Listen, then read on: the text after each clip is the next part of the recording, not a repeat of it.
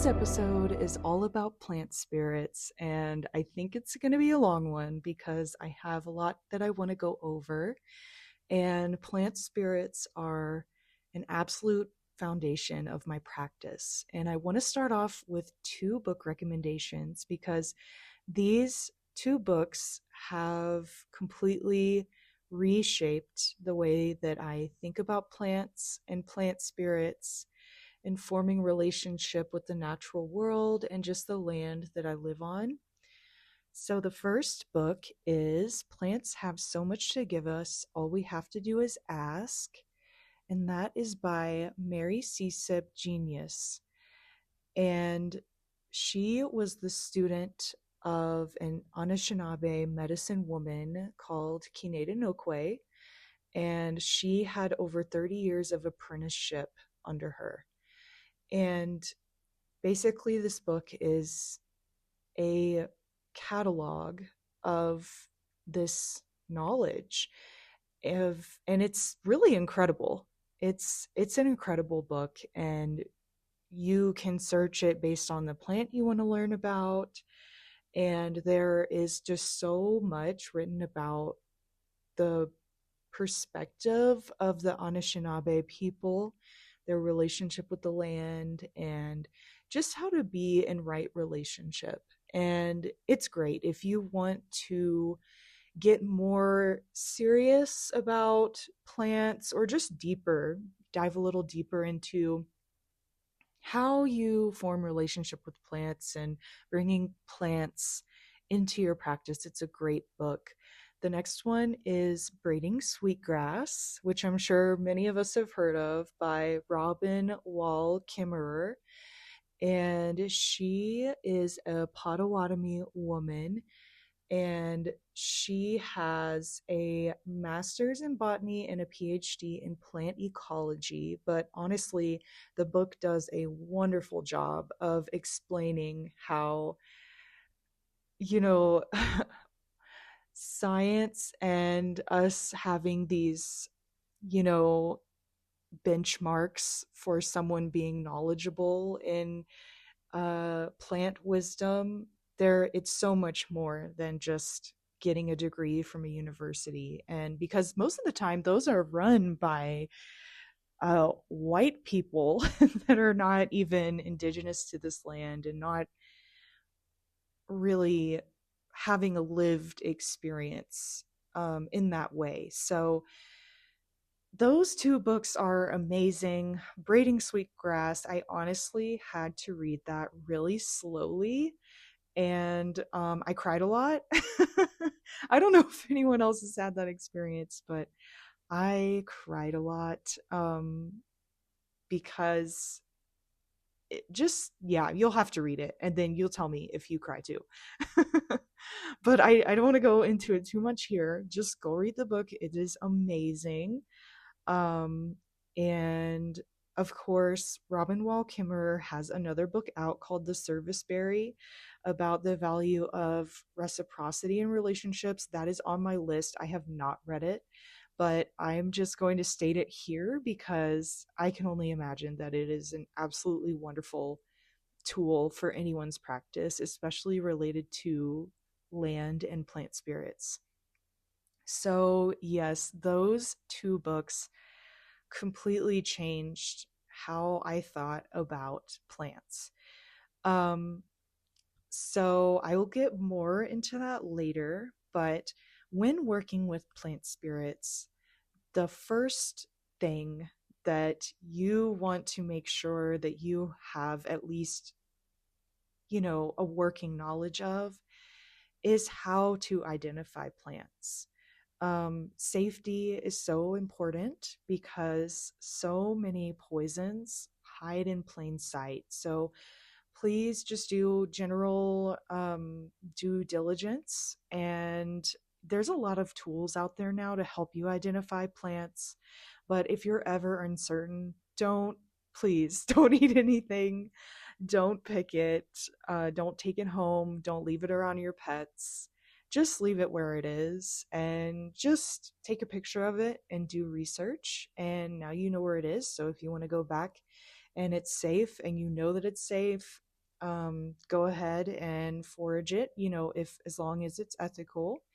And while we're on the subject of ethical foraging, there's a couple of ground rules that I didn't really know when I first was getting into plant spirits because I got everything online. So then I really wanted to start going out and just getting my hands dirty in a sense and actually connecting to the plants around me.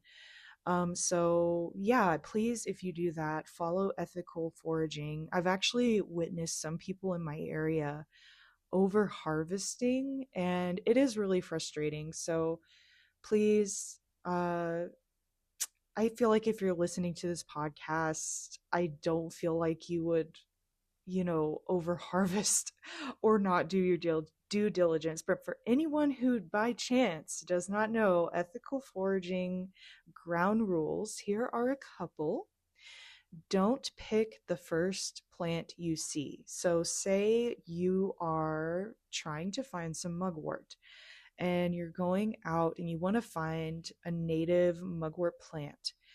Um, the first mugwort plant, don't pick anything from that, because what if it's the only plant of mugwort in that area? You don't want to harm that plant by just picking some of the only plant in that area. You want to be sure that there is multiple plants of mugwort in the area. So the first plant you see, just make a mental note of it, and at least you know it could be in the area, but don't pick anything from that plant. And obviously, here's one that I think that we have a lot of awareness around. Don't harvest endangered plants. So, in the area I'm in, white sage grows and it is native here, but I will not ever harvest or forage anything from that plant because it's already endangered. So I want to reverse that. So I am not going to purchase any white sage and I'm not going to forage any white sage. And not only that, it's also cultural appropriation. So anyway, I feel like we all pretty much know that. I feel like so much time has been spent talking about white sage. I'm not going to go over that too much here. But another rule is never take more than 10 to 20% of a patch of the plant. And some sources even say don't take more than 5%. So I think the principle you really want to take away from this is to just be conservative. Be super conservative. And honestly, I really work with, plants that I can find in abundance around me, like pine and oak. I really feel a lot more comfortable foraging that from my natural area than finding a very sparse location of, let's say, yarrow, because unless I'm only taking one flower or one leaf, then I just feel like it really is too much and I'm doing more of a detriment to the local, biodiversity than benefit. And that's not the point. That's not the point of working with plants. You don't want to harm them by over harvesting. So, yeah, that's not going to help your relationship with plants. So I know it can be tempting, but it really does make a big difference when you um, have in mind mutual reciprocity instead of what can I take? How can this benefit me? You also want to be thinking of the plants. And if you're over harvesting, I don't know who's to say if they will look on you favorably and maybe want to help you.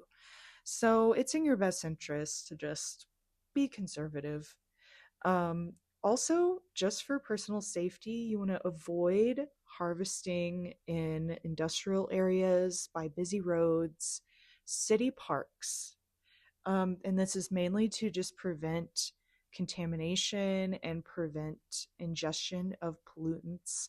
So, yeah, just keep those rules in mind. And it sounds intimidating at first, and it sounds like a lot, but honestly, if you just um, keep those in mind, refresh yourself on the rules before you go out, and it will become like second nature, and you'll get used to the plants that you can forage without, you know, uh, contributing any harm to the environment around you. So, I want to talk more about reciprocal relationship with plants. I touched on it a little bit earlier, but I think a huge part of the way the book recommendations I mentioned earlier changed my practice is that I used to look at plants as okay, they're a plant, like I can buy them online, they're easy to get. And then, there's almost this sense of like an infinite supply because there are so many suppliers online. But I really feel that when you go out into your local area and you look at the plants, you really connect with the idea of you actually picking the plant. It's almost like if you're eating meat and you just buy it at the store, you don't have that connection to the process of like killing the animal and skinning it and cutting the meat and preserving the meat. It's just so different. And I really do feel like these indigenous voices in the books are really asking us to not skip these steps of going out, putting your hands on the plant, communicating with the plant, and forming that connection before you ask, hey, what can you do for me? And that was such a big change for me in my practice. So yeah, I felt like that's when my relationship with plants really started to change, because then there's nothing wrong with buying herbs online. That's definitely, like, I don't want to say that. There's a whole spectrum to this working with plant spirits thing. There's levels to it. Like, the most intense level of working with plant spirits is you don't buy any of your plants online. You only work with local plant spirits. You only harvest the plant when um, you need certain ingredients for a working, and that's the only time you go out and collect your plant material. That is probably the most ideal way to go about working with plant spirits, but I really acknowledge that there's a level of accessibility to everyone, and that's just going to be different for everyone. Not everybody is going to have the time, energy, resources to go outside and do all of these things every single time they need to do a working. And, honestly, a lot of folk magic is not just going outside and talking to your local plants, it's going into your kitchen cabinet and seeing what plants are already in there that you can connect with and work with. So there's levels. And honestly, this might be a little controversial, but I really do feel like some people can get a little bit elitist about certain things. And I mean, that can really be true for anything, and really anything in life. You can have elitist people, but don't let anybody make you feel bad about your practice if what you're doing is accessible to you and it's ethical and it's working for you. Like, don't let anybody make you feel bad. So, but I will say there are a lot of plants out in nature that are super just so abundant, and they're usually all around us. Like a big one for me is pine and oak. Like I usually can go anywhere and I see a pine and I see an oak. And honestly, I don't have any problem harvesting a little bit more. And the plant obviously gives me permission, but I don't have any problem filling up a big jar of pine and oak because I use those all the time. So there's just like also a lot of trial and error that goes into working with plant spirits. So, like, you're not going to know how you're going to work with plant spirits until maybe you get the plant.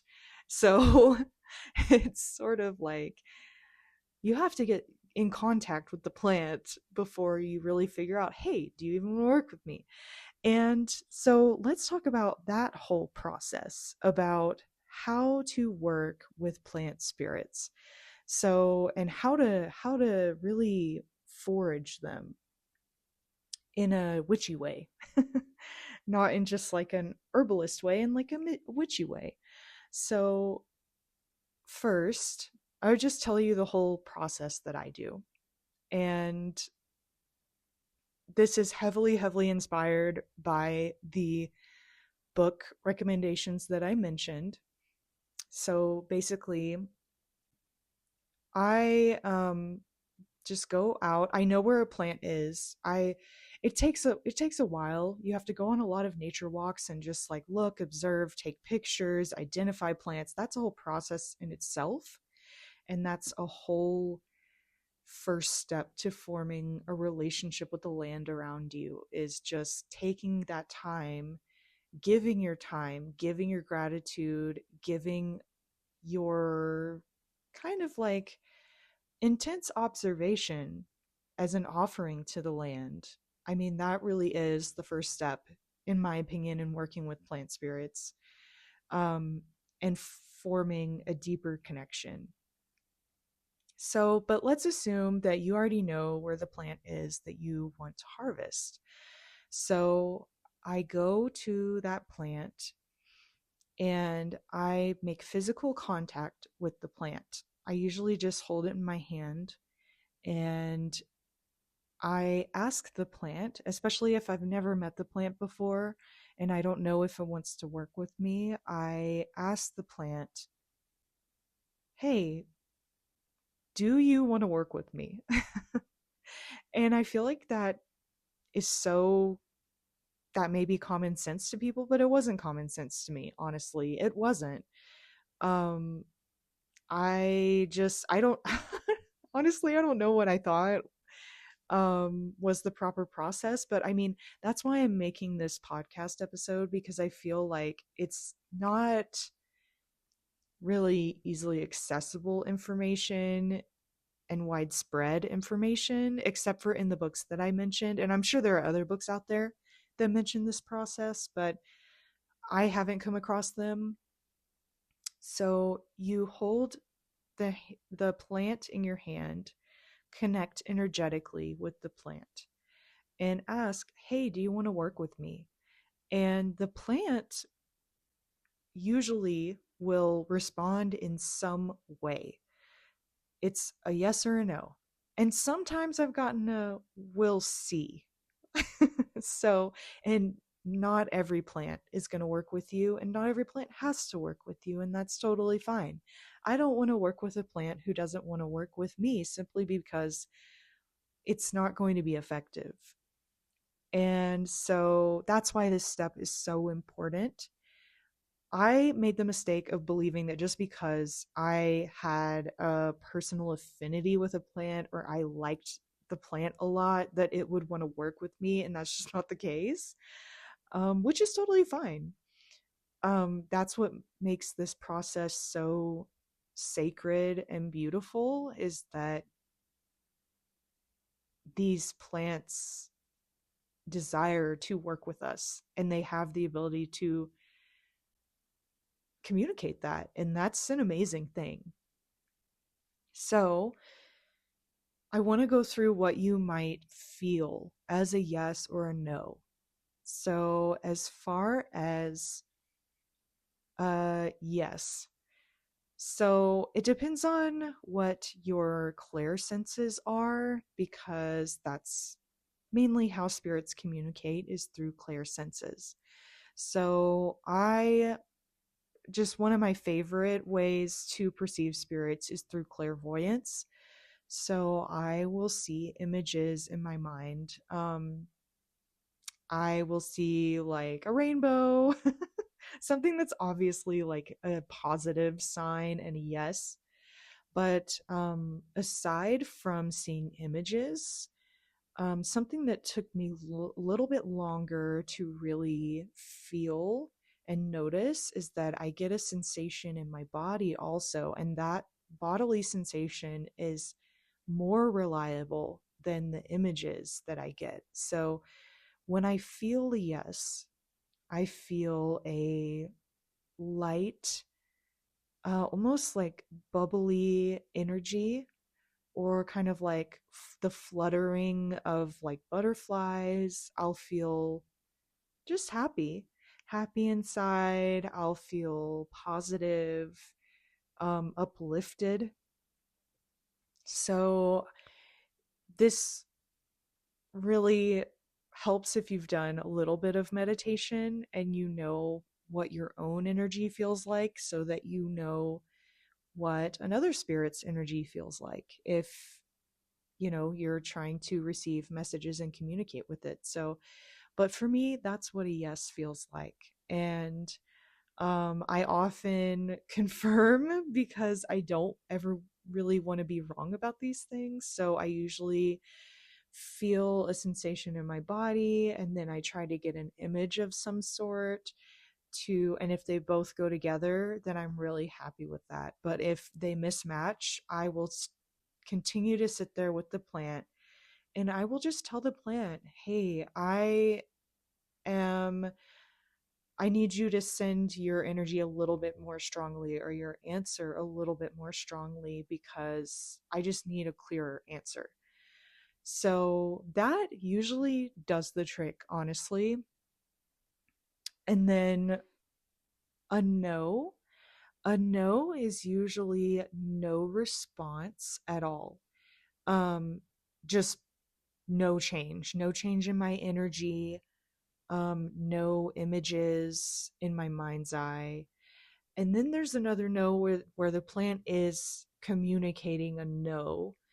And that really, the images I'll get in my mind's eye is maybe like a red X. Um, or, I'll see in my mind's eye just the word no. And also in my body, I will feel like a dense, heavy energy, and I'll feel kind of like just heaviness in my body, and kind of like a meh feeling.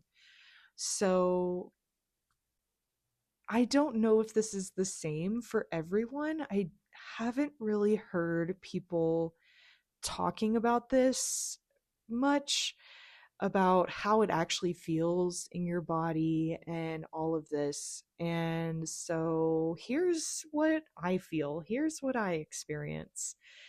And I don't know if anyone else has the same experience, or you go out and experiment and you feel something similar, please let me know, because I don't know if other people experience this or not, but I'm just choosing to share what my experience is. So let's say you're holding the plant in your hand, and you got your answer, and you got a yes. Woo, yay, that's exciting. Very, very exciting. And um so you have your permission, or your consent, that the plant wants to work with you. It is interested in working with you. Sometimes if I have a specific working in mind, I will talk to the plant about it. I will just say, hey, I think that it would be awesome if you could help me draw prosperity into my home. Let's just use that as an example. And normally, if the plant has said yes, they want to work with you, they're going to agree to do the spell work. So that's not really, I feel like that first step of getting permission is the most time consuming and it takes the most energy. And it shouldn't be a quick process. Like, nothing about this should be rushed, hurried, or quick. Just take your time. This is about spirit work.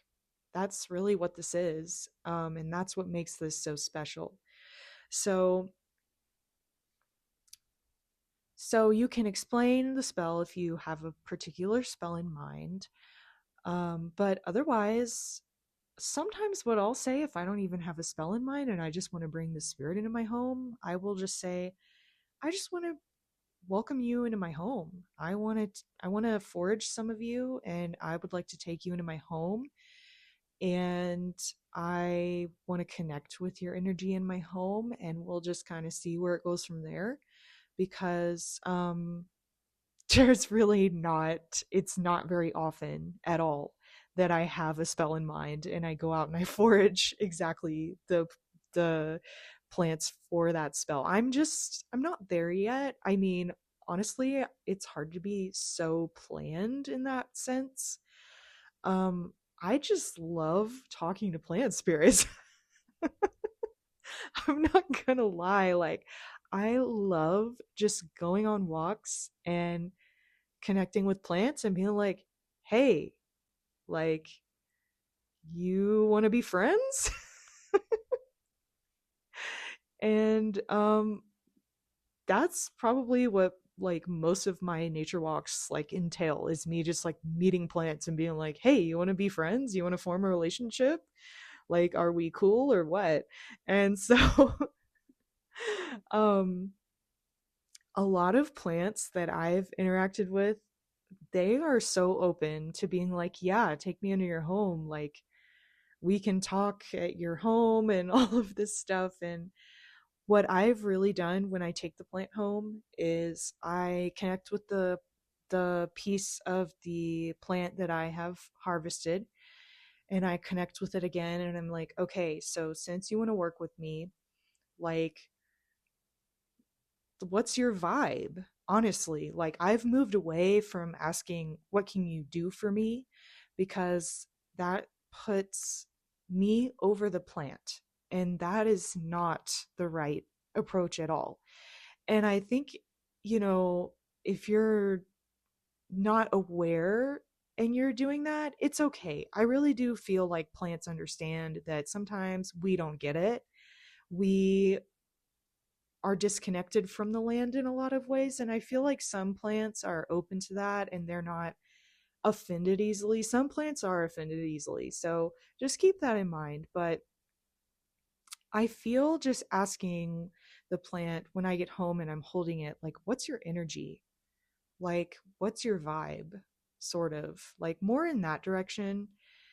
And I write down everything that comes to me. I write down all the pictures I get in my head, all of the phrases that I might hear, any songs I might get, um feelings that I get in my body. I write all of that down.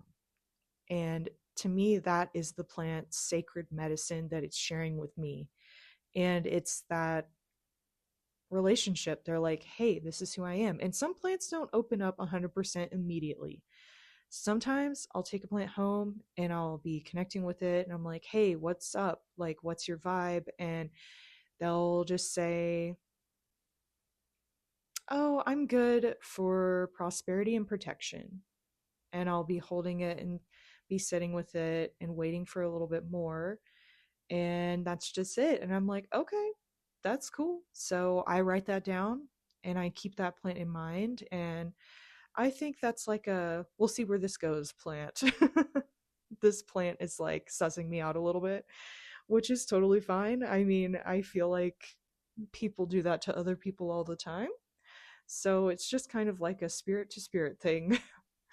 And so anyway, so after the plant gives you permission to harvest it and to take it home, What I love to do, and this can be time consuming, but I feel like I truly get the best results when I do this. And I feel terrible when I forget this step.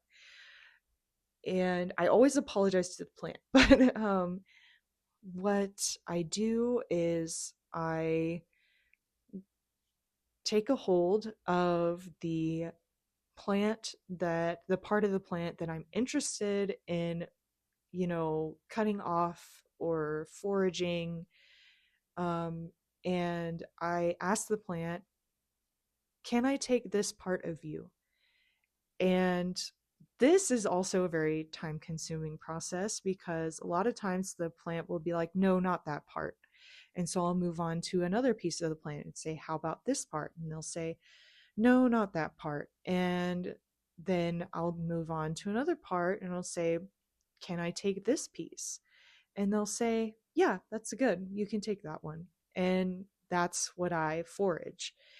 And I kind of repeat this process for as many parts of the plant that I want to forage. And it's so heavily, like, intuitively based, like this whole process,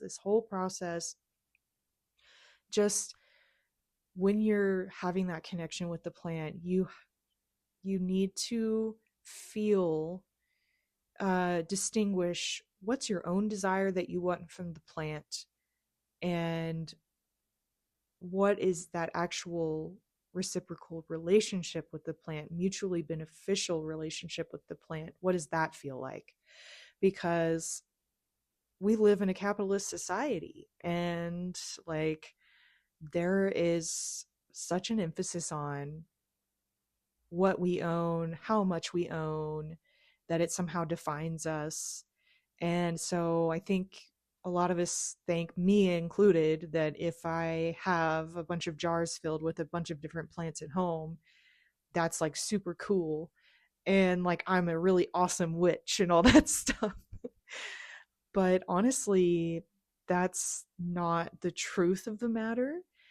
And so a lot of times a plant will just want me to take one piece, especially if we just met. If I don't have an established relationship with the plant, it will be like, yeah, you can have this one little piece and that's it.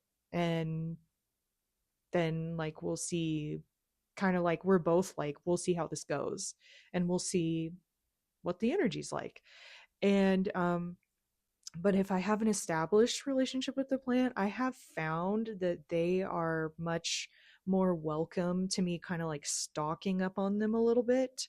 So, like, for example, willow, pine, and oak. Those are the only plants that I have actually stocked up on that are like native plants I've actually gone out and done this process for.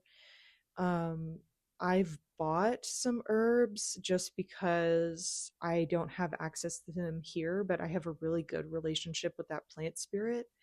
So, yeah, there's definitely variations to it, but just use your intuition, honestly. As long as you communicate with the plant constantly and you're constantly asking, is this okay? Is this okay if I take this part of you? Because plants in the natural world have been disregarded and disrespected for so long. That is why I am so grateful to the indigenous voices willing to write their books and share their knowledge and their wisdom, because we can't access that from anywhere else.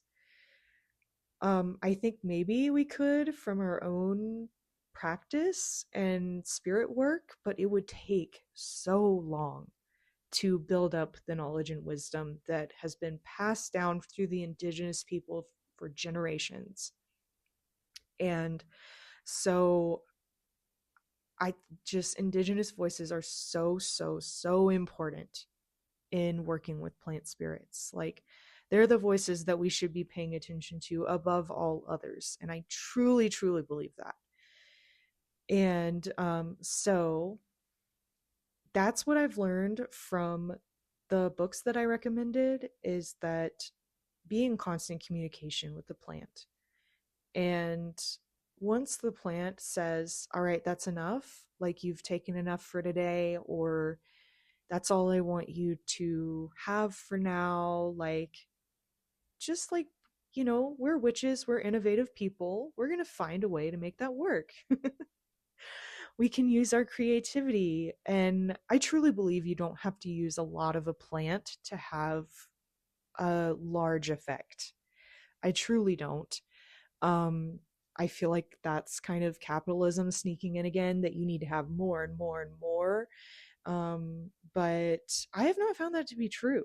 I have really found that even just one morsel of a plant, there is that spirit in that morsel of the plant.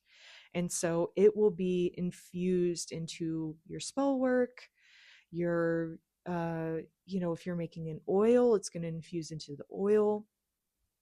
So there, I don't know. I would just be be careful. We have to keep our capitalism in check for sure in this practice and in anything that honors the land. And so um basically, yeah, just keep foraging until you feel that it's time to stop. And normally I go based on the sensations in my body. So, especially when I'm asking the plant, is it okay if I harvest this? I will feel yes or no, just like how I explained earlier. I will feel a yes sensation, a no sensation, or nothing. And I only harvest when I feel a yes sensation in my body. And so, um, and once I have found that once the plant is like, okay, that's enough, like it will either communicate that to you or it will stop communicating altogether. And I just take that as a sign that, all right, that's our session for today. And I've had a lot of positive experiences with plants like that. And I really believe that when you show that amount of respect to plants, and if you just show that amount of respect to one plant spirit, I truly believe that other plant spirits are going to take notice.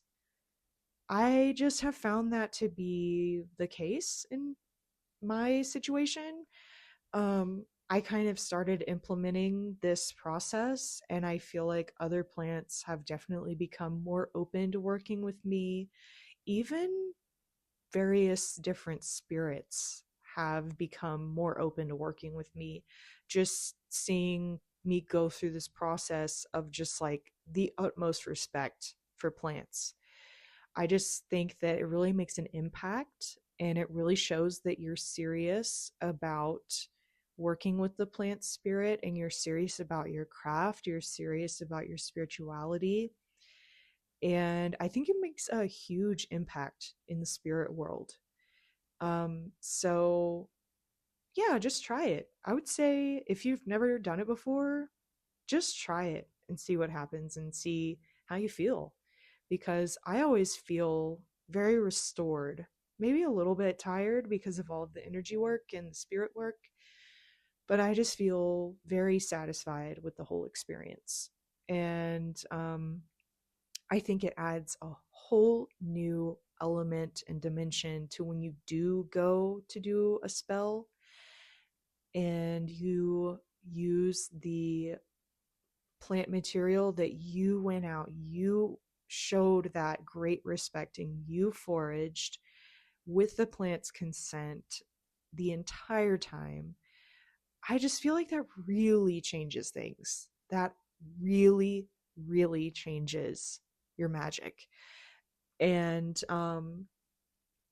yeah, and on the subject of offerings, because normally in this part of the process, you would leave an offering after you've, gotten the consent, you've foraged what you need, and you would leave an offering. I have really changed my personal philosophy on offerings, especially in the natural world. If I am leaving an offering in my home, I'm a lot more flexible. But if I'm out in the natural world and I'm leaving offerings, I'm very, very particular about what I leave. I think great offerings are just your time and your attention and just observing the plant or observing the natural world around you, and gratitude. Gratitude is an amazing offering. And it doesn't, the great things about those is that they don't disrupt the local ecosystem at all. That's my favorite thing about it, is that you're not changing anything. And I love that. I love that. And I think that just really builds upon the respect you have for the plant spirits in the land, is when you don't change it, or to change it as little as possible. Another great offering is water. Water is usually, accepted by the plant. It's used to perpetuate the plant's life. I love that. Especially if you are in a dry area or experiencing a drought, water is an amazing offering. And you're sustaining that plant's life. I mean, that's mutually beneficial to me for sure. So, another offering that I kind of go to is honey, but that is because I work with land spirits a lot. And which that will probably be my next podcast episode, is land spirits, because gosh, I just love them too. But honey, I usually don't offer that to a plant. I usually offer that to land spirits, but it is something that I'm mostly okay with leaving on the land. It does disrupt the ecosystem like a little bit more, but I feel like it soaks up into the ground quickly, and it does, minimal harm. A lot of traditional offerings, and this is really specific to like folk traditions, tobacco, cornmeal, things like that. So if you really want to like hone in on a specific tradition that you're in, I would say just do some real digging and research into what were the traditional offerings left within that realm. And usually you can find some answers, but I just really just say thank you and give my love and gratitude and give my time and energy. Oh, picking up trash. That's another great one. Picking up trash. Again, I usually do this generally for land spirits or the land, but it benefits plants too. So it's not like you shouldn't pick up trash for a plant spirit. Like it's definitely very beneficial also. So, yeah, time, energy, gratitude, attention, water, and honey. Those are my go to. I used to leave other offerings, but I just felt like I was just putting something there that wasn't there to begin with and wasn't there naturally. So, which I guess you could go really extreme with that thought process. And I do think that is how some people can get super elitist in a sense. So just, you know, as with anything, try not to get overly perfectionistic about it and do things that are accessible to you. So, and do things that feel right to you. So, I'm just telling you what I've experienced. So, just spreading awareness, honestly, for this whole process, because it has taken me a long time to figure all of this stuff out and to put together what I'm doing now. So, I would rather share this for other people, just so maybe they have like a template they can use and work from and build, even modify it and build their own from it.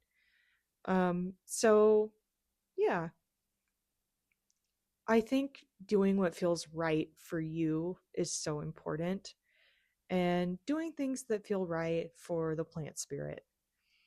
Um, I have to admit something.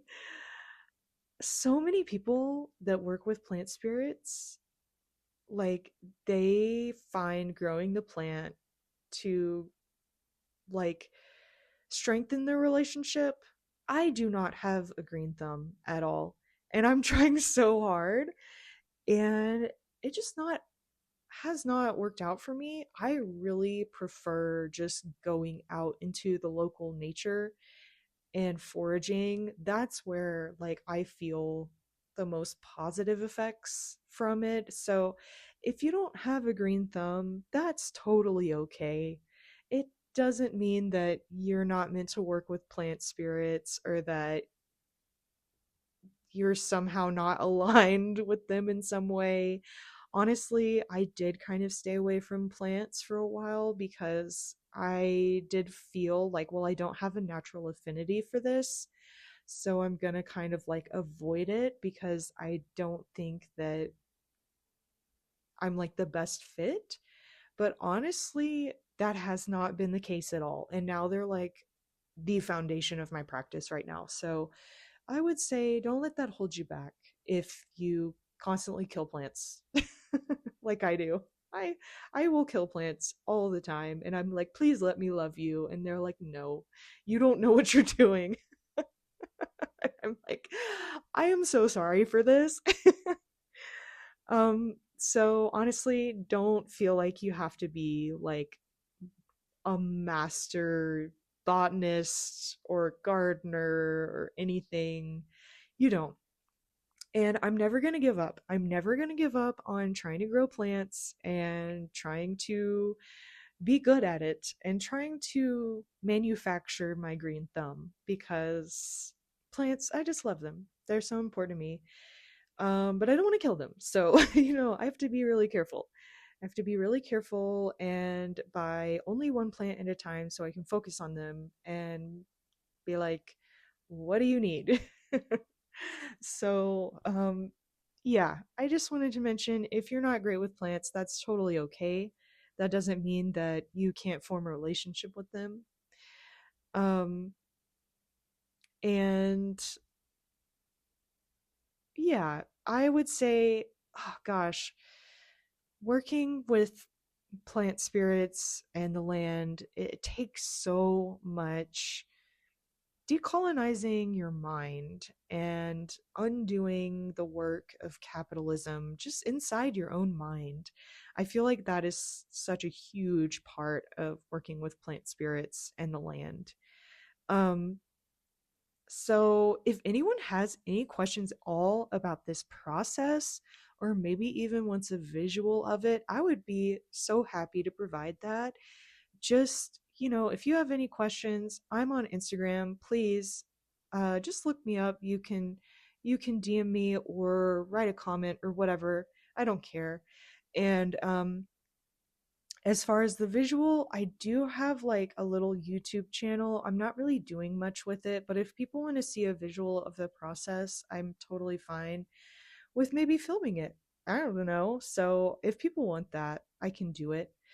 But I want to talk about all the ways that you can use plants in your magical practice, because, oh my gosh, there are so many ways and they're so fun, and they keep my practice fresh and they prevent it from getting stagnant. And it's just such a fun way to bring in the plant energies in concrete ways into your life and to just work with them on a daily basis.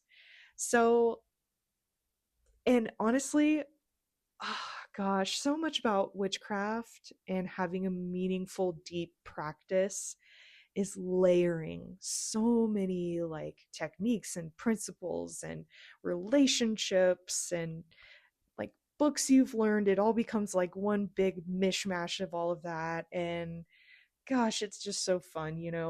So there are so many ways you can use plants. So I highly, highly, highly recommend tinctures.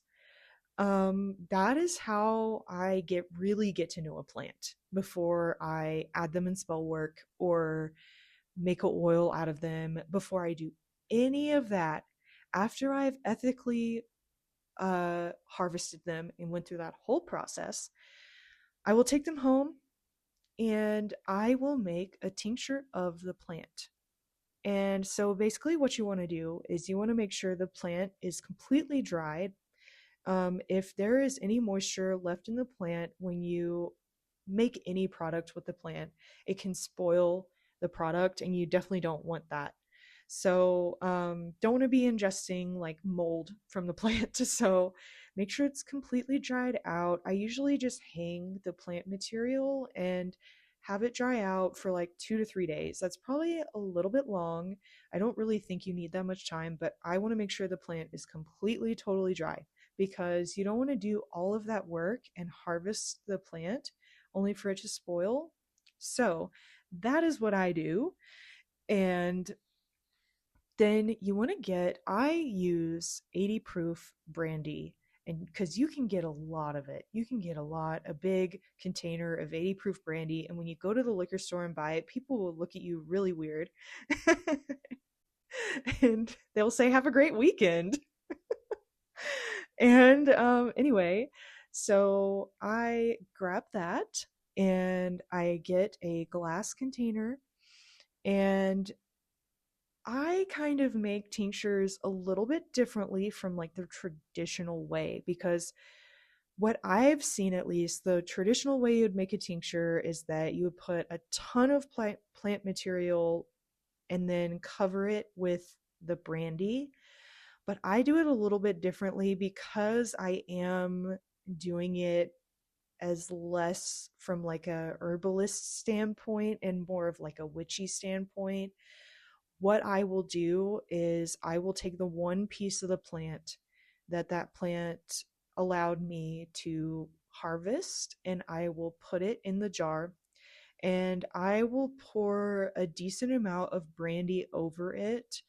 um it's definitely over covering it because, yeah, if you only put enough brandy to just cover that tiny little piece of the plant, it's not going to be very much and you're going to run out fast. So I would recommend pour a little bit more brandy in there. Let that sit in a dark place, cool, dark place for about 2 weeks. If you want it to be a little bit more concentrated, you could go up to 4 weeks or longer. But I have found 2 weeks to be 2 to 3 weeks to be enough time. If I sometimes I forget and it sits on the shelf for like an extra week or extra couple days. I have not found more time to be meaning like it's stronger as far as like the connecting with the plant spirit. So I think, whatever's accessible to you. If you can wait a month and you want to wait a month, you can. If you have 2 weeks and you want to kind of speed up the process, I think 2 weeks is fine. And I think you're going to receive the same benefits as you would if you've waited a month. I feel like the main difference in that is if you are doing it from an herbalism standpoint to get the medicinal properties. Yes, you do want to wait a specific amount of time. But because we're doing this to connect with the plant spirit and for a witchy purpose, you can just do it for 2 weeks and then bottle it. Um, and label, make sure you label because it can be, if you make a lot of tinctures, it can get mixed up and everything. So just label what plant it is. And then I will take that tincture and I will take that tincture, um, usually like a whole dropper, like not even like one drop, like a whole, fill the dropper. That's what I do. Okay, nobody else has to do this. I'm just saying this is what I do. Um, and I do one whole dropper of that plant spirit once in the morning. And I really try to observe any subtle changes to my energy, to the thoughts that I'm thinking, to the dreams I'm having. And I will take it once in the morning for a month. And a month is usually a pretty good amount of time to show you what effect the plant is going to have on your energy, how you're partnering with the plant, how you, you can work with this plant. It's going to show you its medicine. And so I have had so many cool experiences this way, and that's just getting to know the plant. That's not even working with it for a magical purpose or a spell. So that is just so cool to me. Um, and that's really how you start building your relationship even further with the plant. Um, so a lot of plants, sometimes they'll give you dreams. Sometimes, okay, I have to tell you guys this. I have really um gotten into like the poison path. I just started. I'm not very far into it at all. I really don't know anything. I'm working with flower essences mainly right now. Like I don't really work with the actual poison plant or anything like that. Taking it slow, and I was taking the flower essence of Dardara. Oh my gosh, you will not believe. The whole month, I thought this plant didn't want to work with me because I didn't feel a single thing. And then one day I was at work and I was getting a glove out because, I work in a hospital. I was getting a glove out to, do what I do as having a really busy day. And I accidentally dropped the glove. It fell right into the shape of someone giving me the middle finger. And I was like, there he is. There he is. And that was the only thing I got the whole month. The only thing. And I was like, noted. And then after that, I was like, do you still want to work with me? And he was like, yeah. So I was like, okay, cool, cool. So this is just the vibe, I guess. And you're gonna have a different experience with each plant because each plant is so different, so different. And if you're really connecting deeply with the plant sometimes, and you can receive, like clairvoyant images and all that, they will show you at least what they want, how they want you to perceive their spirit. They will show you kind of like a form, which is really, really, really cool. Um, so yeah, I mean, that in itself right there is such a process, and just really enjoy the whole experience of making, like, foraging the plant, talking to the plant, bringing it into your home. Like, every part of the process is how you are building a relationship with the plant. Making the tincture, taking the tincture, establishing its energy, how it, combines with your energy, the medicine it has, what it wants to teach you. Um, there's a lot, I'm just going to say this, there's a lot about plants that witchy folks are not saying online, and that I'm not even saying online. When you get into the nitty gritty of forming a relationship with plants, working with plants, and getting this deep into it, there's a lot about plants that is really honestly between you and the plant. And it's just so freaking cool. And I think a lot of people aren't talking about it because it is personal and it is private. But also, I think you have to really pursue this knowledge. And that's just the truth for so much of witchcraft. You have to really seek this knowledge out. There's so many books on witchcraft, and a lot of them are beginner stuff because witchcraft, you have to pursue it. You have to put in the work. You have to hone your craft. And that's when you start to learn the secrets of plant spirits and traditions that you're in, and just about witchcraft in general. Secret experiences you have with deities. I mean, it's just, gosh, like, they really don't tell you until you get your hands in the dirt and you just have that thirst for knowledge that just keeps pushing you and pushing you and pushing you. Like, you just, I mean, that's how I am. I'm speaking from my personal experience. Like, I'm just pushed by this thirst for just curiosity and just like loving the experimentation and seeing what happens. And I think that's such a big part of working with plant spirits. Just that thirst for, I'm curious what this plant is like. I want to know what this plant could teach me. Or I want to know what this experience would be like. And you really just keep spiraling deeper and deeper and deeper into the experience to where now you are so have such a strong bond with the plant. And honestly, I didn't know it could get that deep. But it really can.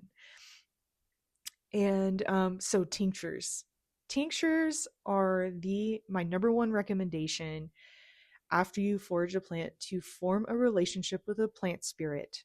That is going to be my number one recommendation. Take a tincture for um, every day for a month. I know it's hard to remember, but it is so worth it if you really do try your best to take it every single day. And it doesn't just have to be in the morning. You can say, "Oh, I forgot this morning." Just take it when you remember. It's fine. And if you are working with a specific type of plant and you're not sure you're receiving any communication from it, research that it's safe, of course. For any plant that you are ingesting in your body, you want to make sure, research that it's safe to ingest in this way. But try taking another dropper before you go to bed at night. I had to do that with some plants. I had really, it's almost like their energy was too subtle during the day with the first dose. And then I would take a second dose of the dropper before I went to bed. And then it would show in my dreams. Their communication would be in my dreams. So, also in my experience, I have truly found that when I am taking a plant tincture for a month, it's almost like the plant spirit's energy builds up in me over the month. And so don't give up like early if you feel like, "Oh, I'm not feeling anything," or "This plant doesn't want to work with me." Don't doubt that initial yes that you got from the plant.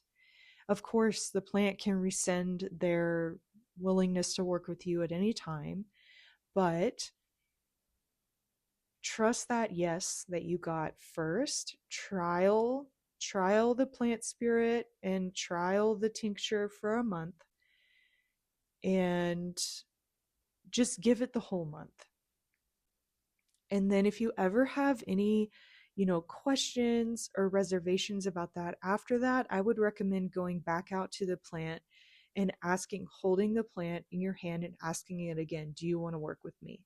That, and if it still says yes, then maybe its energy is just super subtle and it's kind of a watch and wait plant. It's just kind of watching and waiting. A lot of plants and spirits I have found, they are really interested in seeing where your practice goes. Like, they want to know, how serious are you in your practice? And what direction are you taking your practice in? And this really influences if some plants want to work with you or not. So just have some perseverance and just know that plants will want to work with you, but sometimes they just want to see where you're going. See, because we all have choices, I feel like, that we make in our path of where we want to go. And the plants want to see what choices you make. At least that's been my experience. And aside from the tinctures, what I usually go to next after I've formed a solid relationship, because after that month with the tincture, um, I feel like that's a pretty solid foundation. Of course, you'll slowly build over time, but as for starting point, I feel like that's pretty good. And what I will do is, if that plant has a specific medicine, I'll keep the tincture around and take the tincture for that specific aid that I need from the plant spirit. Or I just take the tincture just to hang out with the plant spirit because I like the spirit's energy and I don't want anything from it necessarily. And like for example, hawthorn. I love hawthorn. Oh gosh, the plant's energy is so magical and it's just so wonderful. Like if you're having a bad day and you take a little bit of hawthorn tincture, like your day's going to get better. And you're going to feel witchier, more magical. I don't know, that's just how I feel. And so yeah, the tinctures are great. Take as needed after the month of forming the relationship. Then what I'll normally do, sometimes during the month, or just spending time with the plant, a particular plant will be like, "Hey, you can put me in an oil for this. You can put me in a combination with another plants in an oil for this." I don't know why it's oils all the time, but it's oils. And so like an example for me is lilac. Um, After I had gone through this process showing a lot of respect to a lot of different plant spirits, um, I had a couple of experiences where plants came to me in dreams, which I heard people say is like a thing that happens, but it's not like I didn't believe them, but I guess I just didn't think it would happen to me. But it did. And it is a real thing. They're not BSing. Like, plants will really come to you in your dream. And it's kind of like a hard process because sometimes I'll see a plant in my dream and it's not like I just instantly know what the plant is. Like, I have to really hold the image of the plant in my dream in my mind's eye as I research and research and research what plant is this, because it's not like in the dream they're like, "I'm goldenrod." I mean, unless you look at goldenrod and you're like, obviously that's goldenrod. But there was, lilac came to me in a dream and it showed itself to me as like a tree shrub with, those white cone like flowers growing all over it. I had no idea what that was. And it took me a really long time to figure out, oh, that's lilac. So, so yeah, with that plant, they were like, yeah, you can use me in an oil. And just very straightforward, like over and over again. Hey, you can put me in an oil. You can put me in an oil. And I was like, wow, this plant really wants me to put it in an oil. So I ended up doing that. And I would say if a plant is trying to give you medicine, I would say it's a good idea to listen to that, because this is also something I've learned working with plant spirits, is that sometimes the plants you see talked about online, like this plant's really good for this and this plant's really great for that, and then you read a bunch of like grimoires or correspondence lists or anything like that, and you just see this plant's good for this over and over and over. And then I try that in my practice and I feel like I'm not having a strong effect.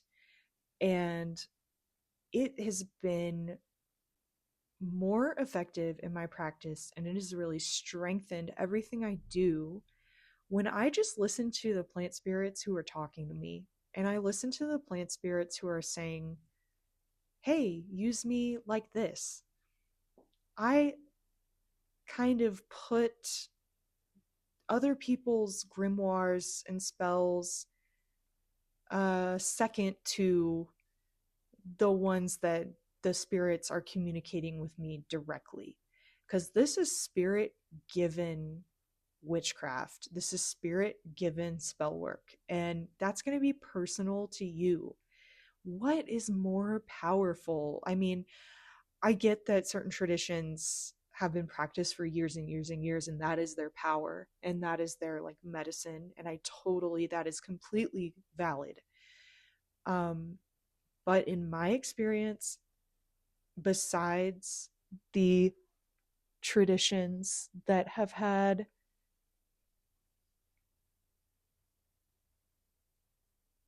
I thought I just heard something in my apartment. Okay, anyway, besides the traditions that have had spells practiced for years and years and years, and it's like ancient magic that's been validated time and time again, um, that is really like a lot of grimoires out there are not going to be effective because it's not personal to you. And the plants and the spirits that you're working with, they're not communicating that to you. They communicated that to that person, or who knows what process that person went through to create those spells. So that is also something that I had to learn, is that not everything inside of a spell book is going to be the best thing to use, and it certainly doesn't trump your own personal experiences and spells given to you by spirits. That's not to say that people's spells in grimoires that are published are not effective. That's not true at all.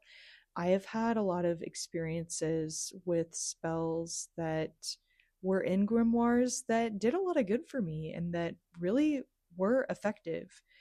But I still really think there is something to having that special relationship with the plant spirit, receiving that wisdom from the plant spirit and implementing it. And I do think there is a certain power into having something being private to you. So that's why I'll always be a little bit hesitant to share my own spell work, even though I keep my own personal grimoire. I will really be hesitant because I honestly don't think that it would be beneficial to anyone else except for me, because it is just that personal to me. Um, I mean, maybe in the future I could share if I felt like it would actually benefit other people, but I would need someone to test it out for me or something for me to really feel confident in doing all of that work and putting all of that together. But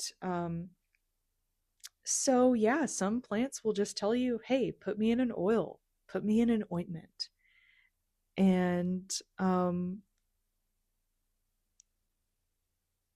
also dressing a candle with a particular plant.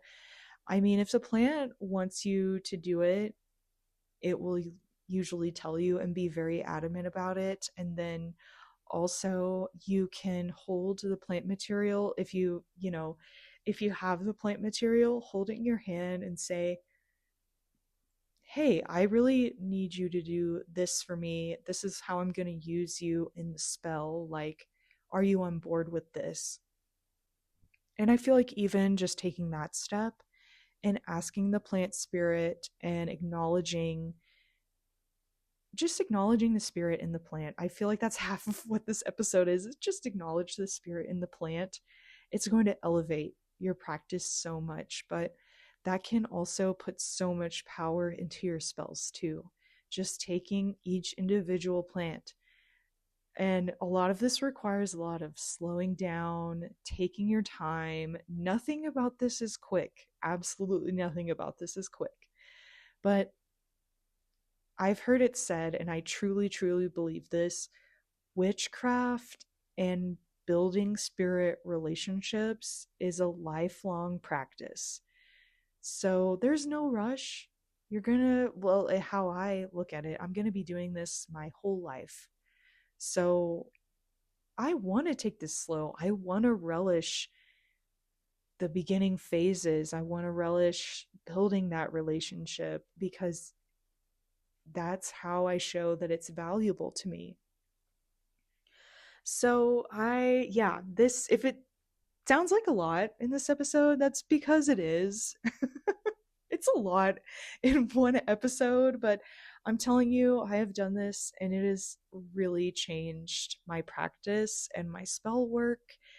And even like my mental and physical health have greatly improved because I'm forming these relationships with plants. So it's worth it. It's absolutely worth it. Um, so yes, you can make oils, ointments, dress candles. You can smoke certain herbs, and I would definitely would research if it's okay or safe, because plants can change once they're burned, chemically. So I would just look into double check, make sure it's safe. But like one I always think about is mugwort, smoking mugwort. Yeah, I guess that's all I'm gonna say because I don't want to say too much, honestly. But mugwort is an herb that can be smoked. Teas are also a great way to ingest these plants. That is one of my favorite ways to spend time with a plant or bond with a plant is drinking a tea. The tea or the tincture. I just think the tincture is so much easier to do on a daily basis. The tea is more for like when I want to make a little potion. Like I will drink rosemary tea when I'm about to take a test or I'm about to study because I know that tea, that plant spirit, I'm taking it into my body. And I think that's why the tinctures are so important is because you're ingesting that plant spirit into your body. And it's it seems to be more effective in my opinion than an oil, um just for the purpose of creating that bond with a plant spirit. So and tea is just great. You can add honey to it, and I just love tea. It's warm, it's comforting. Um so yes, also powders are great. Powders, I really want to get more into powders because you can just they're so versatile. And yeah, I guess that's all I'm going to say for now. Powders are very versatile. And you can also like if you put a bunch of herb plants together and you kind of grind them into like I guess somewhat of a powder and bag them, that's a way to make a specially made tea for a certain purpose. So you don't have to make it every single time you have a supply of that there. You can also use plants for incense and burning them. That is also another great way. And if you are really into a plant, I highly, highly recommend, if it is safe, to try this plant in all of the different ways, with fire, with water, smoking it, burning it, um, teas, oils, ointments, all of that, because then you're gonna really understand, especially if you it's not in very many like indigenous books. um, you are going to really understand how the plant is most beneficial, and some plants have different effects based on how you're using them. So again, that takes a lot of trial and error and personal energy. Um, and then really the last thing I want to touch on is the poison path. I just want to mention it because it is such a big part of plant spirits. I'm just getting started in it, so I can't really say too much, but I have to say that I am loving it so far. I think these are very particular plant spirits, and I think these are very powerful plant spirits. So if you are looking to, if your practice has gotten a little bit stagnant and you're looking to really spice things up, try looking into the poison path with there, which there is actually several sources that you could look into, even really if you're just searching poison path or poison plants witchcraft. Like if you're searching that, you're going to find them, and you're going to find what you need to get started on your path. If anybody wants specifics related to this, I'm happy to post some resources to get you started. But I don't want to say too much about this because I am also new. So, but I just want to say, if you're interested in the poison path, definitely consider it because this has been really fun. And I'm just having a great time over here. I'm having a great time. Um, so I hope you enjoyed this long episode about plant spirits, and I hope some of what I shared is beneficial and useful to you in your practice. And I really want my next episode to be about land spirits. And so please stay tuned for that episode. And I hope you have a great day or night whenever you're listening.